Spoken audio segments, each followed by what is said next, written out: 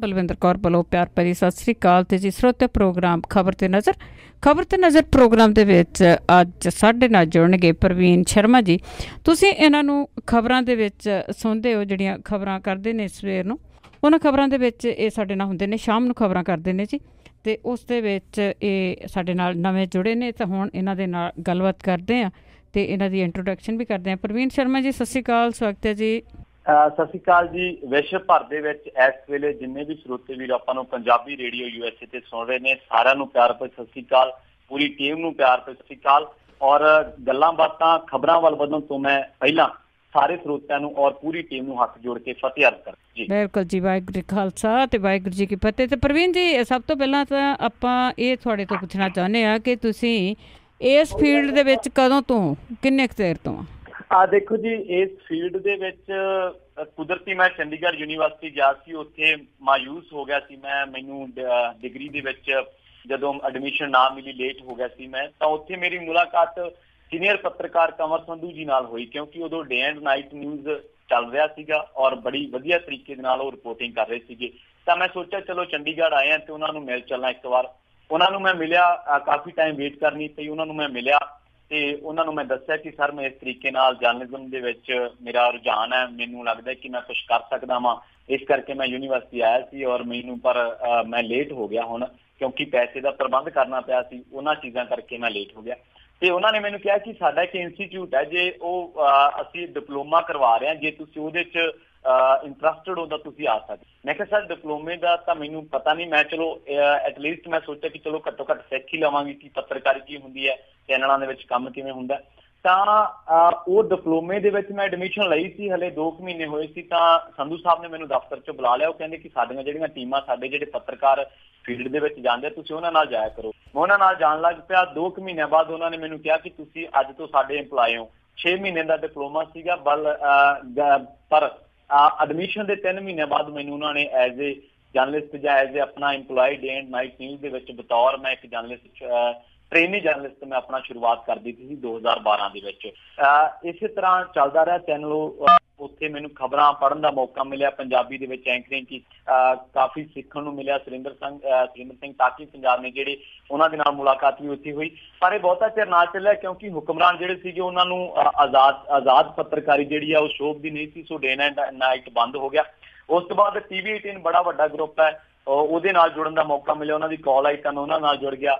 ਬਹੁਤਾ ਚਿਰ ਇਹ ਵੀ ਨਾ ਚੱਲਿਆ, ਕਿਉਂਕਿ ਸਰਕਾਰੀ ਪੱਤਰਕਾਰੀ ਮੈਨੂੰ ਪਸੰਦ ਨਹੀਂ ਸੀਗੀ।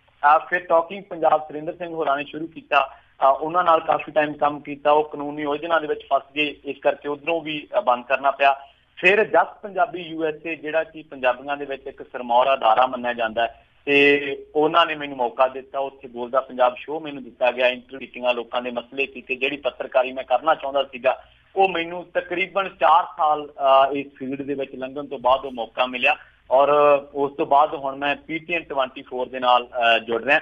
ਔਰ ਮੈਂ ਤੁਹਾਨੂੰ ਇੱਕ ਰੌਚਕ ਗੱਲ ਦੱਸਣਾ ਚਾਹੁੰਦਾ ਕਿ ਕਈ ਰੇਡੀਓਜ਼ ਦੇ ਨਾਲ ਕੰਮ ਕਰਨ ਦਾ ਮੌਕਾ ਮਿਲਿਆ, ਪਰ 2014 ਦੇ ਵਿੱਚ ਮੈਂ ਪਹਿਲੀ ਵਾਰੀ ਪੰਜਾਬੀ ਰੇਡੀਓ USA ਨੂੰ ਸੁਣਿਆ ਸੀਗਾ। ਉਸ ਤੋਂ ਬਾਅਦ ਮੈਂ ਪੇਜ ਲਾਈਕ ਕੀਤਾ, ਸੁਣਦਾ ਰਿਹਾ, ਤੁਹਾਡੀਆਂ ਕਲਿੱਪਸ YouTube ਤੇ ਵੀ ਸੁਣਦਾ ਸੀ ਜਦੋਂ ਮੈਨੂੰ ਟਾਈਮ ਲੱਗਦਾ ਸੀਗਾ, ਕਿਉਂਕਿ ਮੈਨੂੰ ਲੱਗਦਾ ਸੀਗਾ ਕਿ ਇਹ ਇੱਕ ਇਹੋ ਜਿਹਾ ਰੇਡੀਓ ਹੈ ਜਿਹੜਾ ਇੱਕ ਤਾਂ ਪਹਿਲੀ ਪਸੰਦ ਆ, ਦੂਜਾ ਜਿਹੜੀ ਗਰਾਊਂਡ ਤੋਂ ਖਬਰਾਂ ਕਰਦਾ ਵਾ, ਜਿਹੜੀਆਂ ਸਾਡੀ ਗਰਾਊਂਡ ਦੇ ਨਾਲ ਜੁੜੀਆਂ, ਸਾਡੀ ਧਰਤੀ ਸੱਚਾਈ ਦੇ ਨਾਲ ਜੁੜੀਆਂ, ਸਾਡੀ ਪੰਜਾਬੀਅਤ ਦੇ ਨਾਲ ਜੁੜੀਆਂ।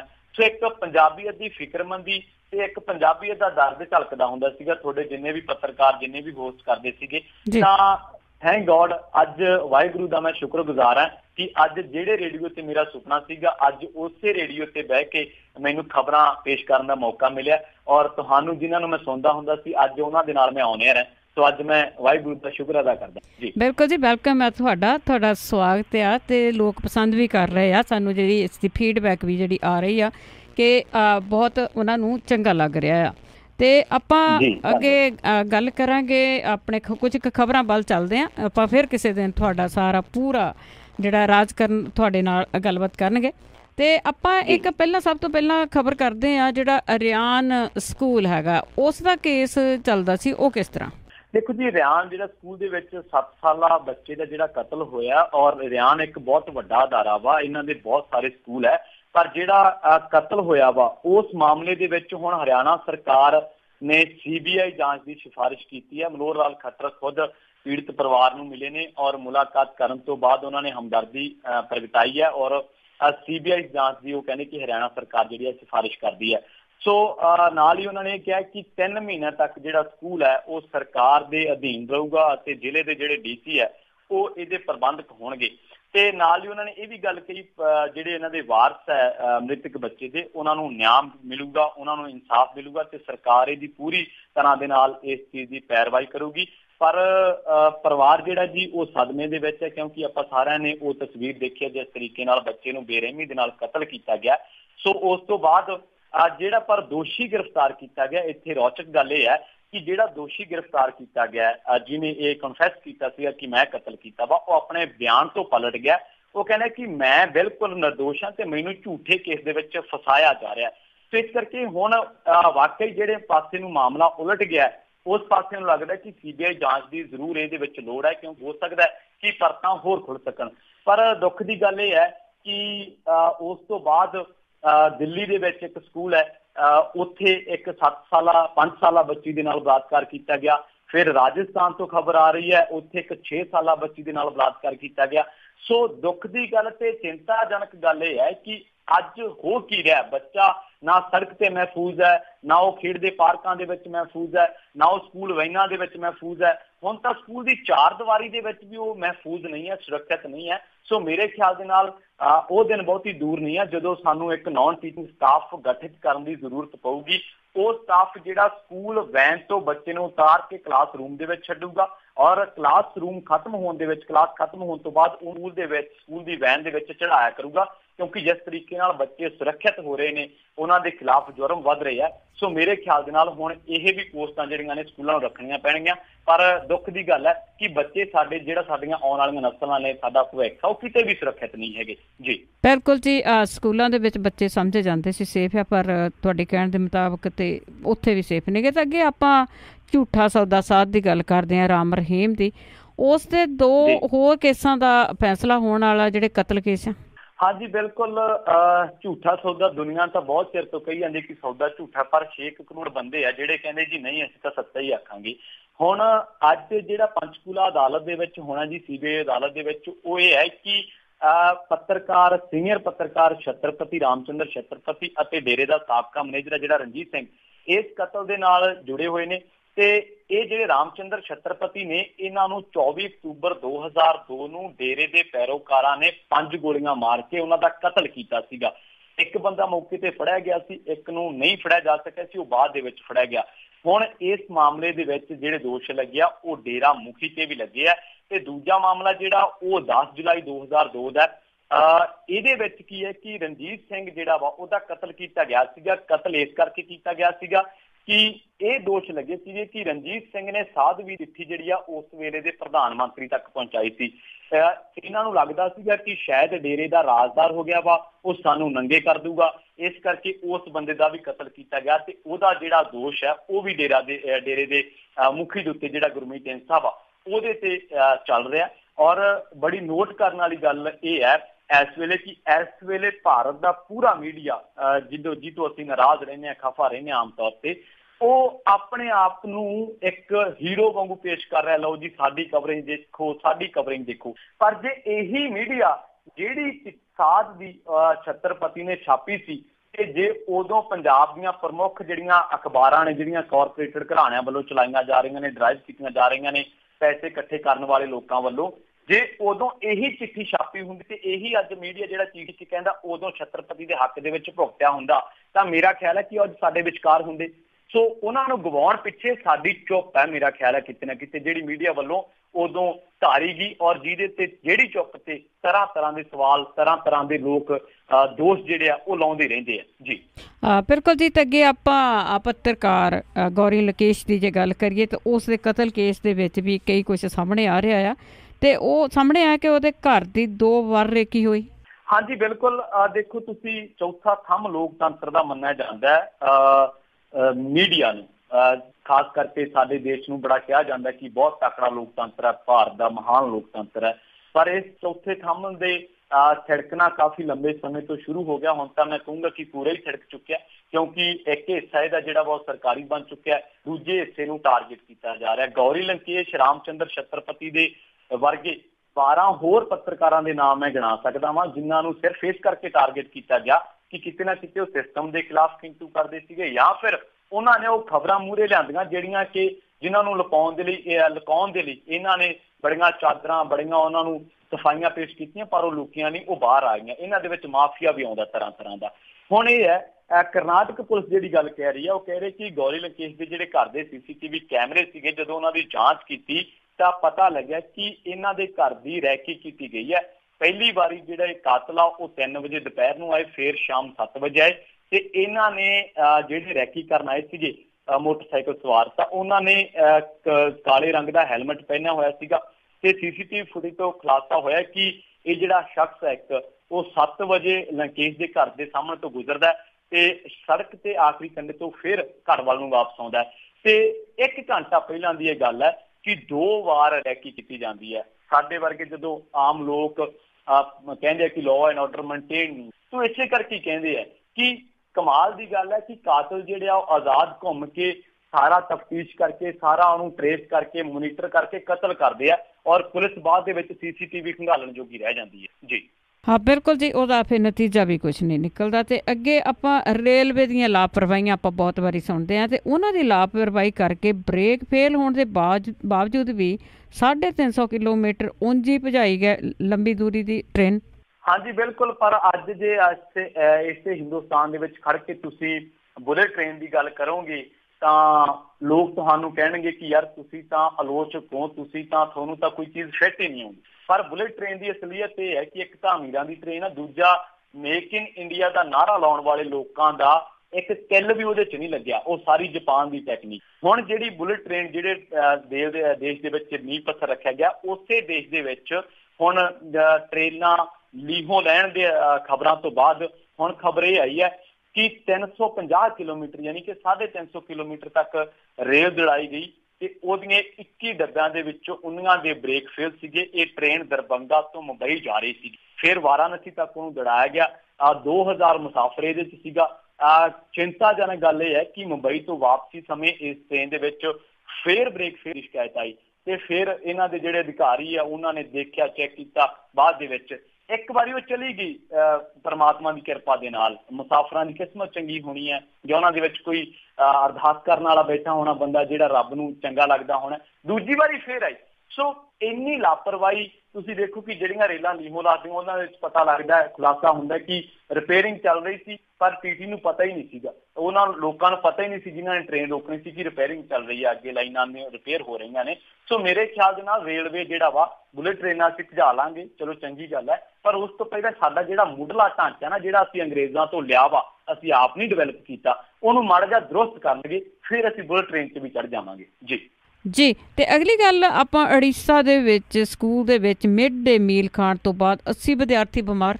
ਹਾਂਜੀ, ਉੜੀਸਾ ਦੇ ਵਿੱਚ ਇੱਕ ਕਾਲਾ ਹਾਂਡੀ ਜ਼ਿਲ੍ਹੇ ਦੇ ਵਿੱਚ ਮਿਡ ਡੇ ਮੀਲ ਖਾਣ ਤੋਂ ਬਾਅਦ 5 ਸਕੂਲਾਂ ਦੇ ਜਿਹੜੇ 80 ਤੋਂ ਵੱਧ ਵਿਦਿਆਰਥੀ ਆ, ਉਹਨਾਂ ਦੇ ਪੇਟ ਦੇ ਵਿੱਚ ਦਰਦ ਹੋਇਆ। ਉਸ ਤੋਂ ਬਾਅਦ ਹਸਪਤਾਲ ਉਹਨਾਂ ਨੂੰ ਲਿਜਾਇਆ ਗਿਆ। ਹੁਣ ਉਹਨਾਂ ਦੀ ਸਥਿਤੀ ਠੀਕ ਹੈ। ਦੱਸਿਆ ਜਾ ਰਿਹਾ ਕਿ ਲੂੰਬਾ, ਕੁੰਬਰੀ, ਬਾਦਪਰੀ ਤੇ ਰਜਿੰਦਰਪੁਰ ਤੇ ਡਾਂਗਰੀ ਪਿੰਡਾਂ ਦੇ ਸਕੂਲਾਂ ਦੇ ਜਿਹੜੇ ਵਿਦਿਆਰਥੀ ਹੈ, ਉਹਨਾਂ ਨੇ ਮਿਡ ਡੇ ਮੀਲ ਤੋਂ ਬਾਅਦ ਉਲਟੀਆਂ ਤੇ ਪੇਟ ਦਰਦ ਦੀ ਸ਼ਿਕਾਇਤ ਕੀਤੀ ਸੀਗੀ।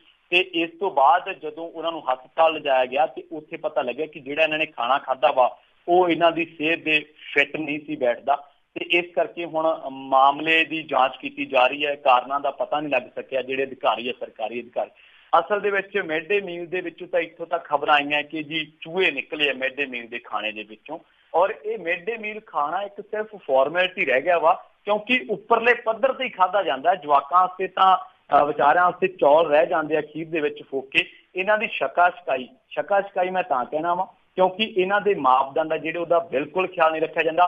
ਪੌਸ਼ਟਿਕ ਖਾਣੇ ਦੀ ਥਾਂ ਤੇ, ਵਾਜਬ ਕੀਮਤਾਂ ਦੇ ਖਾਣੇ ਦੀ ਥਾਂ ਤੇ ਰੱਦੀ ਖਾਣਾ ਬੱਚਿਆਂ ਨੂੰ ਦਿੱਤਾ ਜਾਂਦਾ। ਐਕਸਪਾਇਰ ਹੋਏ ਚੌਲ ਜਾਂ ਹੋਰ ਤਰ੍ਹਾਂ ਦੀਆਂ ਦਾਲਾਂ, ਘਟੀਆ ਮਟੀਰੀਅਲ। ਇਸ ਕਰਕੇ ਸਿਹਤ ਨੇ ਤਾਂ ਉਹੀ ਦੇਖ ਲੈਣਾ ਵਾ ਜਿਹੜਾ ਉਹਨੂੰ ਚੰਗਾ ਲੱਗਿਆ ਜਾਂ ਜਿਹੜਾ ਇੱਕ ਮਿਆਰ ਦਾ ਹੋਇਆ। ਪਰ ਇਹੋ ਜਿਹੇ ਲੋਕ ਸਾਡੇ ਸਿਸਟਮ ਦੇ ਵਿੱਚ ਬੈਠੇ ਆ, ਬੈਠੇ ਰਹਿਣਗੇ ਵੀ, ਬੈਠੇ ਸੀਗੇ ਵੀ, ਜਿਹੜੇ ਲੋਕ ਇਹੋ ਜਿਹੇ ਮਾਮਲਿਆਂ ਦੇ ਵਿੱਚ ਗੜਬੜੀ ਕਰਕੇ ਨਾ ਸਿਰਫ ਮਾਲ ਦੀ ਪੈਸੇ ਦੀ ਸ਼ਿਕਾਇਤ ਕਰਦਾ, ਸਗੋਂ ਬੱਚਿਆਂ ਦੇ ਭਵਿੱਖ ਦੇ ਨਾਲ ਲੋਕਾਂ ਦੇ ਭਵਿੱਖ ਦੇ ਨਾਲ ਖਿਲਵਾੜ ਵੀ ਕਰਦੇ ਆ ਜੀ। ਅੱਜ ਹੀ ਤਾਂ ਅੱਗੇ ਆਪਾਂ ਪੰਜਾਬ ਦੇ ਵਿੱਚ ਕੈਪਟਨ ਸਰਕਾਰ ਦੀ ਜੇ ਗੱਲ ਕਰੀਏ ਤਾਂ ਕਿੰਨੇ ਕੁ ਵਾਅਦੇ ਪੂਰੇ ਹੋ ਗਏ? 6 ਮਹੀਨੇ ਹੋ ਗਏ। ਦੇਖੋ ਜੀ, ਜੇਕਰ ਤੁਸੀਂ ਕਿਸੇ ਲੀਡਰ ਨੂੰ ਇੰਟਰਵਿਊ ਕਰੋਗੇ ਤਾਂ ਉਹ ਕਹਿਣਗੇ ਜੀ ਅਸੀਂ ਲੱਗੇ ਹੋਏ ਆ। ਮਨਪ੍ਰੀਤ ਸਿੰਘ ਬਾਦਲ ਦਾ ਕੱਲ ਬਿਆਨ ਆਇਆ, ਉਹ ਕਹਿੰਦੇ ਕਿ ਸਾਡੇ ਤੋਂ ਬਹੁਤੀ ਆਸ ਨਾ ਰੱਖੋ ਤੁਸੀਂ, 2 ਲੱਖ ਦਾ ਜਿਹੜਾ ਕਰਜ਼ਾ ਵਾ ਅਸੀਂ ਮਾਫ ਕਰ ਸਕਦੇ ਹਾਂ। ਔਰ ਕਮਾਲ ਦੀ ਗੱਲ ਹੈ ਕਿ ਇੰਨੇ ਕਾਬਲੀਅਤ ਵਾਲੇ ਲੋਕ ਸਾਡੇ 'ਚ ਬੈਠੇ ਆ ਜਿਹੜੇ ਕਰਜ਼ਾ ਉਤਾਰਨ ਦੇ ਲਈ ਕਰਜ਼ਾ ਲੈ ਰਹੇ ਆ। ਹੁਣ ਇਹ ਹੈ ਕਿ ਜਦੋਂ ਜਿੱਤ ਹਾਸਲ ਕੀਤੀ ਸੀ ਇਹਨਾਂ ਨੇ ਸ਼ਾਨਦਾਰ ਪੰਜਾਬ ਦੀ ਸੱਤਾ ਸੰਭਾਲਣ ਦੇ ਲਈ, ਤਾਂ ਬਹੁਤੇ ਲੋਕਾਂ ਨੂੰ ਇਹ ਲੱਗਿਆ ਸੀਗਾ ਕਿ ਸ਼ਾਇਦ ਨਵੀਂ ਸ਼ੁਰੂਆਤ ਹੋ ਰਹੀ ਹੈ। 6 ਮਹੀਨੇ ਬੀਤ ਗਏ, ਪਰ ਹੁਣ ਜਿਹੜਾ ਲੋਕਾਂ ਦਾ ਚਾਅ ਵਾ ਉਹ ਮੱਠਾ ਹੋ ਗਿਆ, ਕਿਉਂਕਿ ਜਿਹੜੇ ਵਾਅਦੇ ਕੀਤੇ ਸੀਗੇ ਉਹਨਾਂ ਨੂੰ ਉਸ ਰਫ਼ਤਾਰ ਦੇ ਨਾਲ ਬੂਰ ਨਹੀਂ ਪੈ ਰਿਹਾ ਜਿਹੜੀ ਦੀ ਤਵੱਕੋਂ ਕੀਤੀ ਜਾ ਰਹੀ ਸੀਗੀ। ਲੋਕ ਨਿਰਾਸ਼ ਨੇ, ਹਤਾਸ਼ ਹੋ ਰਹੇ ਨੇ। ਪ੍ਰਸ਼ਾਸਨਿਕ ਸੁਧਾਰ ਕਰਨ ਦੀ ਕੋਸ਼ਿਸ਼ ਕੀਤੀ ਪਰ ਇਹਨਾਂ 'ਚ ਕੁਛ ਨਹੀਂ ਹੱਥ ਪੱਲੇ ਲੱਗਿਆ।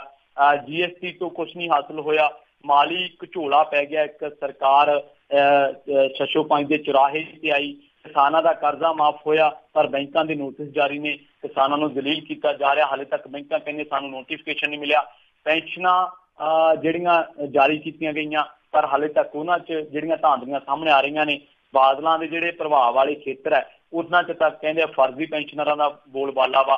ਸੋ ਇਸ ਕਰਕੇ ਜੇ ਆਪਾਂ ਗੱਲ ਕਰੀਏ ਕਿ ਜਿਹੜੀਆਂ ਨਸ਼ਿਆਂ ਦੀਆਂ ਨਾਲ ਟਾਸਕ ਫੋਰਸ ਜਿਹੜੀ ਨਜਿੱਠ ਰਹੀ ਹੈ, ਉਹਦੇ ਵਿੱਚ ਵੀ ਕੋਈ ਵੱਡਾ ਖੁਲਾਸਾ ਜਾਂ ਵੱਡਾ ਤਸਕਰ ਨਹੀਂ ਸਾਹਮਣੇ ਆਇਆ। ਹਾਂ, ਪੁਲਿਸ ਵਾਲੇ ਤੇ ਛੋਟੇ ਮੋਟੇ ਤਸਕਰ ਜਿਹੜੇ ਆ ਉਹ ਜ਼ਰੂਰ ਫੜੇ ਗਏ ਆ।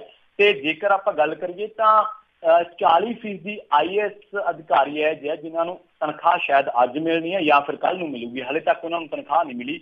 ਅੱਜ ਮੇਰਾ ਖਿਆਲ 16 ਤਰੀਕ ਜਿਹੜੀ ਆ ਉਹ ਹੋ ਚੁੱਕੀ ਹੈ। ਪਰ ਦੇਖ ਲਓ ਤੁਸੀਂ, ਫਿਰ ਵੀ ਸਰਕਾਰ ਕਹਿੰਦੀ ਹੈ ਜੀ ਅਸੀਂ ਕਰ ਰਹੇ ਹਾਂ। 70 ਸਾਲਾਂ ਤੋਂ ਅਸੀਂ ਹੁਕਮਰਾਨਾਂ ਤੋਂ ਇਹੀ ਜਵਾਬ ਸੁਣ ਰਹੇ ਹਾਂ ਕਿ ਜੀ ਵਿਕਾਸ ਕਰ ਰਹੇ ਹਾਂ। ਪਤਾ ਨਹੀਂ ਕਦੋਂ ਕਹਿਣਗੇ ਕਿ ਹਾਂਜੀ ਵਿਕਾਸ ਤਾਂ ਹੋ ਗਿਆ ਜੀ। ਅੱਜ ਹੀ ਤੇ ਅੱਗੇ ਆਪਾਂ ਗੱਲ ਕਰਦੇ ਜਿਮਨੀ ਚੋਣ ਗੁਰਦਾਸਪੁਰ ਦੀ, ਤੇ ਕੀ ਕਿਸੇ ਪਾਰਟੀ ਨੇ ਅਜੇ ਤੱਕ ਐਲਾਨ ਕੀਤਾ ਕਿ ਨਹੀਂ ਉਮੀਦਵਾਰਾਂ ਦਾ? ਦੇਖੋ ਜੀ, ਪਾਰਟੀਆਂ 605 ਦੇ ਵਿੱਚ ਨੇ। ਕਾਂਗਰਸ ਪਾਰਟੀ ਜਿਹੜੀ ਆ ਉੱਥੇ ਸੁਨੀਲ ਜਾਖੜ ਦੇ ਚਰਚੇ ਸਭ ਤੋਂ ਵੱਧ ਨੇ, ਕਿਉਂਕਿ ਉੱਥੇ 7-8 ਜਿਹੜੇ ਵਿਧਾਇਕ ਨੇ ਉਹਨਾਂ ਨੇ ਸੁਨੀਲ ਜਾਖੜ ਦਾ ਨਾਮ ਮੂਹਰੇ ਕੀਤਾ। ਹਾਲਾਂਕਿ ਪ੍ਰਤਾਪ ਸਿੰਘ ਬਾਜਵਾ ਜਿਹੜੇ ਨੇ ਖੁਦ ਰਾਜ ਸਭਾ ਮੈਂਬਰ ਨੇ, ਉਹਨਾਂ ਦਾ ਭਰਾ ਇੱਕ MLA ਆ, ਪਰ ਉਹ ਕਹਿੰਦੇ ਕਿ ਮੇਰੀ ਪਤਨੀ ਨੂੰ ਟਿਕਟ ਮਿਲਣੀ ਚਾਹੀਦੀ ਹੈ। ਔਰ ਜਿਹੜੇ ਲੋਕ ਨੇ ਉੱਥੋਂ ਦੇ ਜਾਂ ਜਿਹੜੀ ਕਾਂਗਰਸ ਦੀ ਲੀਡਰਸ਼ਿਪ ਆ, ਉਹ ਕਹਿੰਦੇ ਕਿ ਕਾਂਗਰਸ ਦਾ ਚੋਣਾਂ ਤੋਂ ਪਹਿਲਾਂ ਤਾਂ ਇਹ ਕਿਹਾ ਗਿਆ ਸੀ ਕਿ ਇੱਕ ਪਰਿਵਾਰ ਨੂੰ ਇੱਕ ਟਿਕਟ ਮਿਲੂਗੀ, ਜਦਕਿ ਇੱਥੇ ਤਾਂ ਤੀਜੀ ਟਿਕਟ ਮੰਗੀ ਜਾ ਰਹੀ ਹੈ। ਤੇ ਇਸ ਚੀਜ਼ ਦੇ ਨਾਲ ਹੈ। ਦੂਜੇ ਪਾਸੇ ਜਿਹੜੇ ਅਕਾਲੀ ਦਲ ਭਾਜਪਾ ਦਾ ਜਿਹੜਾ ਗੱਠਜੋੜ ਆ, ਉਹ ਕਹਿੰਦੇ ਕਿ 18 ਸਤੰਬਰ ਨੂੰ ਅਸੀਂ ਜਿਹੜਾ ਵਾ ਮੀਟਿੰਗ ਰੱਖੀ ਹੈ ਤੇ ਉਹਦੇ ਵਿੱਚ ਉਮੀਦਵਾਰ ਦਾ ਐਲਾਨ ਹੋ ਸਕਦਾ ਵਾ, ਭਾਜਪਾ ਤੇ ਅਕਾਲੀ ਦਲ ਦੇ ਸਾਂਝੇ ਉਮੀਦਵਾਰ ਦਾ। ਤੇ ਅਕਾਲੀ ਦਲ ਸੁਖਬੀਰ ਸਿੰਘ ਬਾਦਲ ਇਹ ਗੱਲ ਕਹਿ ਰਹੇ ਆ ਕਿ ਅਕਾਲੀ ਦਲ ਉਹਦੀ ਹਮਾਇਤ ਕਰਨ ਦਾ ਸੰਕਲਪ ਲਊਗਾ। ਸੋ ਇਸ ਕਰਕੇ ਨਵਜੋਤ ਸਿੰਘ ਸਿੱਧੂ ਬਾਰੇ ਉਹਨਾਂ ਨੇ ਕਿਹਾ ਕਿ ਕਸ਼ੋਸ਼ਾ ਵਾ ਤੇ ਜਿੰਨੇ ਵੀ ਅਕਾਲੀ ਸਰਕਾਰ ਦੇ ਸਮੇਂ ਅੰਮ੍ਰਿਤਸਰ ਦੇ ਵਿੱਚ ਵਿਕਾਸ ਦੇ ਲਈ ਪ੍ਰੋਜੈਕਟ ਸ਼ੁਰੂ ਕੀਤੇ ਗਏ ਸੀ ਸਾਰੇ ਬੰਦ ਕਰਤੇ ਤੇ ਹੈਰੀਟੇਜ ਵਾਕ ਪ੍ਰੋਜੈਕਟ ਜਿਹੜੀ ਚਲਾ ਰਹੀ ਕੰਪਨੀ ਨੂੰ ਹਾਲੇ ਤੱਕ ਪੈਸੇ ਨਹੀਂ ਲੱਗੇ ਦਿੱਤੇ ਗਏ, ਜਿਸ ਕਰਕੇ ਸ਼ਹਿਰ ਦੇ ਵਿੱਚ ਕੂੜੇ ਦੇ ਅੰਬਾਰ ਲੱਗੇ ਪਏ ਆ। ਪਰ ਸ਼ਾਇਦ ਸੁਖਬੀਰ ਬਾਦਲ ਸਾਹਿਬ ਭੁੱਲ ਗਏ ਆ ਕਿ ਜਦੋਂ ਇਹਨਾਂ ਦੀ ਵਜ਼ਾਰਤ ਸੀਗੀ ਤਾਂ ਉਦੋਂ ਵੀ ਸ਼੍ਰੀ ਅੰਮ੍ਰਿਤਸਰ ਸਾਹਿਬ ਦਾ ਨਾਮ ਗੰਦੇ ਸ਼ਹਿਰਾਂ ਦੀ ਸੂਚੀ ਦੇ ਵਿੱਚ ਆਇਆ ਸੀਗਾ। ਚਲੋ ਖੈਰ, ਦੋਸ਼ ਲੱਗਦੇ ਰਹਿੰਦੇ ਆ। ਦੂਜੇ ਪਾਸੇ ਜਿਹੜੀ ਆਮ ਆਦਮੀ ਪਾਰਟੀ ਹੈ ਜੀ, ਉਹਨਾਂ ਦਾ ਕਹਿਣਾ ਹੈ ਕਿ ਲੋਕਲ ਚਿਹਰੇ ਨੂੰ ਟਿਕਟ ਦਿੱਤੀ ਜਾ ਸਕਦੀ ਹੈ। ਪਾਰਟੀ ਦੇ ਕਈ ਦਿੱਗਜ ਨੇਤਾਵਾਂ ਜਿਵੇਂ ਸੁਖਪਾਲ ਖਹਿਰਾ, ਗੁਲਪਨਾਗ ਨੇ ਇਸ ਵਿਚਾਰ ਤੇ ਸਹਿਮਤੀ ਦਿੱਤੀ ਹੈ ਕਿ ਲੋਕਲ ਬੰਦੇ ਨੂੰ ਉਤਾਰਿਆ ਜਾਵੇ। ਆਮ ਆਦਮੀ ਦਾ ਜਿਹੜਾ ਇੱਕ ਸਿਧਾਂਤ ਪਾਰਟੀ ਦਾ ਜਾਂ ਜੋ ਵੀ ਇਹਨਾਂ ਦਾ ਹੈਗਾ ਸਿਸਟਮ, ਉਹਦੇ ਅਕੋਰਡਿੰਗ ਉਹ ਕਹਿੰਦੇ ਕਿ ਲੋਕਲ ਚਿਹਰੇ ਨੂੰ ਤਰਜੀਹ ਦਿੱਤੀ ਜਾ ਰਹੀ ਹੈ। 2-3 ਆਗੂਆਂ ਦੇ ਨਾਮ ਨੇ, ਸ਼ਾਇਦ ਆਉਣ ਵਾਲੇ ਕੁਝ ਦਿਨਾਂ ਤੱਕ ਇਹ ਵੀ ਜਿਹੜਾ ਨਾਮ ਆ ਫਾਈਨਲ ਕਰ ਦੇਣ, ਪਰ ਹਾਲੇ ਤੱਕ ਕਿਸੇ ਦਾ ਹੌਸਲਾ ਨਹੀਂ ਵਧਿਆ ਕਿ ਜ਼ਿਮਨੀ ਚੋਣ ਦੇ ਪਿੜ ਦੇ ਵਿੱਚ ਨਿੱਤਰ ਕੇ ਆਵੇ ਜੀ। ਅੱਜ ਹੀ ਤੇ ਅਗਲਾ ਮੇਰਾ ਸਵਾਲ ਹੈ ਔਰਬਿਟ ਬੱਸ ਦੇ ਮੁਲਾਜ਼ਮਾਂ ਤੇ, ਉਹਨਾਂ ਦਾ ਟੋਲ ਪਲਾਜ਼ਾ ਤੇ ਮੁਲਾਜ਼ਮ ਇੱਕ ਦੂਸਰੇ ਨਾਲ ਖੈਬੜੇ। ਹਾਂਜੀ, ਟੋਲ ਪਲਾਜ਼ੇ ਤੇ ਔਰਬਿਟ ਦੇ ਜਿਹੜੇ ਮੁਲਾਜ਼ਮਾਂ ਦੀ ਝੜਪ ਹੋਈ ਹੈ ਟੋਲ ਪਲਾਜ਼ਾ ਦੇ ਮੁਲਾਜ਼ਮਾਂ ਦੇ ਨਾਲ। ਔਰ ਸ਼੍ਰੀ ਮੁਕਤਸਰ ਸਾਹਿਬ ਕੋਟਕਪੂਰਾ ਰੋਡ ਤੇ ਇਹ 2 ਦਿਨ ਹੀ ਪਹਿਲਾਂ ਸ਼ੁਰੂ ਹੋਇਆ ਸਾਡੇ ਇਲਾਕੇ ਦੇ ਵਿੱਚ ਟੋਲ ਪਲਾਜ਼ਾ। ਤੇ ਬਾਦਲ ਪਰਿਵਾਰ ਦੀ ਮਾਲਕੀ ਵਾਲੀ ਜਿਹੜੀ ਔਰਬਿਟ ਬੱਸ ਕੰਪਨੀ ਹੈ, ਇਹਦੇ ਬੱਸ ਦੇ ਡਰਾਈਵਰ ਤੇ ਕੰਡਕਟਰਾਂ ਦੇ ਨਾਲ ਟੋਲ ਪਲਾਜ਼ੇ ਵਾਲਿਆਂ ਦੀ ਝੜਪ ਹੋਈ ਹੈ, ਕਿਉਂਕਿ ਕੰਡਕਟਰ ਨੇ ਕਹਿ ਰਿਹਾ ਸੀਗਾ ਕਿ 24 ਘੰਟਿਆਂ ਦੀ ਉਹਦੇ ਕੋਲੇ ਪਰਚੀ ਹੈਗੀ ਹੈ। ਪਰ ਜਦੋਂ ਟੋਲ ਪਲਾਜ਼ੇ ਵਾਲਿਆਂ ਨੇ ਪਰਚੀ ਮੰਗੀ ਤਾਂ ਉਹਨੇ ਦਿਖਾਈ ਨਹੀਂ। ਕਾਫੀ ਚਿਰ ਜਦੋਜਹਿਦ ਹੋਏਗੀ, ਉਹ ਕਹਿੰਦੇ ਕਿ ਪਰਚੀ ਨਹੀਂ ਸੀ ਦਿਖਾਉਣੀ।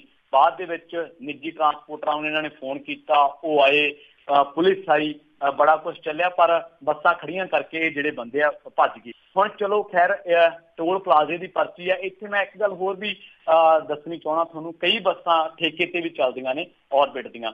ਤਾਂ ਇੱਥੇ ਇੱਕ ਗੱਲ ਹੈ ਕਿ ਚਲੋ ਇਹਨਾਂ ਨੇ ਪਰਚੀ ਨਹੀਂ ਕਟਾਉਣੀ, ਟੋਲ ਵਾਲਿਆਂ ਨੇ ਲੈਣੀ ਹੈ। ਪਹਿਲੀ ਗੱਲ ਤਾਂ ਟੋਲ ਦੀ ਜਿਹੜੀ ਕਾਰਡ ਹੈ ਉਹ ਇਹਨਾਂ ਦੇ ਮਾਲਕਾਂ ਨੇ ਕੱਢੀ ਹੈ।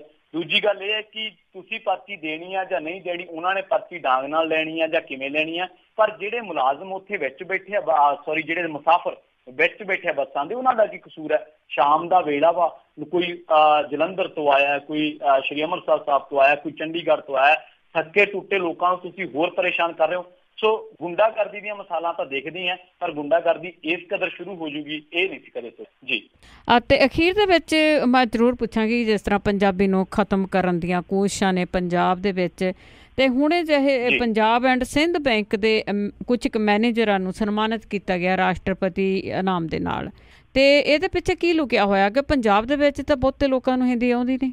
ਹਾਂਜੀ ਬਿਲਕੁਲ, ਸਾਡੇ ਤਾਂ ਜਦੋਂ ਜਵਾਕ ਨੂੰ ਲੋਰੀਆਂ ਮਿਲਦੀਆਂ ਤੇ ਉਹ ਪੰਜਾਬੀ ਦੇ ਵਿੱਚ ਮਿਲਦੀਆਂ, ਜਦੋਂ ਗਾਲਾਂ ਮਿਲਦੀਆਂ ਉਹ ਵੀ ਪੰਜਾਬੀ ਦੇ ਵਿੱਚ ਮਿਲਦੀਆਂ, ਡਾਂਗ ਵਰਦੀ ਉਹ ਵੀ ਪੰਜਾਬੀ ਲਹਿਜੇ 'ਚ ਹੀ ਵਰਦੀ ਹੈ। ਪਰ ਕਮਾਲ ਦੀ ਗੱਲ ਹੈ ਕਿ ਬਾਵਜੂਦ ਇਸ ਦੇ ਸਾਡੀ ਜਿਹੜੀ ਜਨਰੇਸ਼ਨ ਆ, ਹੋਣ ਵਾਲੀ ਜਿਹੜੀ ਪੀੜ੍ਹੀ ਸਾਡੀ ਚੱਲ ਰਹੀ ਹੈ, ਉਹ ਵੀ ਹਿੰਦੀ ਵਰਤਦੀ ਆ। ਔਰ ਸ਼ਹਿਰਾਂ ਦੇ ਵਿੱਚ ਤਾਂ ਤੁਸੀਂ ਹੈਰਾਨ ਹੋਵੋਗੇ, ਸ਼ਹਿਰਾਂ ਦੇ ਵਿੱਚ ਤਾਂ ਮੇਰਾ ਖਿਆਲ ਹੈ ਕਿ 80 ਤੋਂ ਵੱਧ ਫੀਸਦੀ ਜਿਹੜੀ ਵਸੋਂ ਹੈ ਉਹ ਹਿੰਦੀ ਵਰਤਦੀ ਆ ਆਮ ਬੋਲਚਾਲ ਦੀ ਭਾਸ਼ਾ ਦੇ ਵਿੱਚ।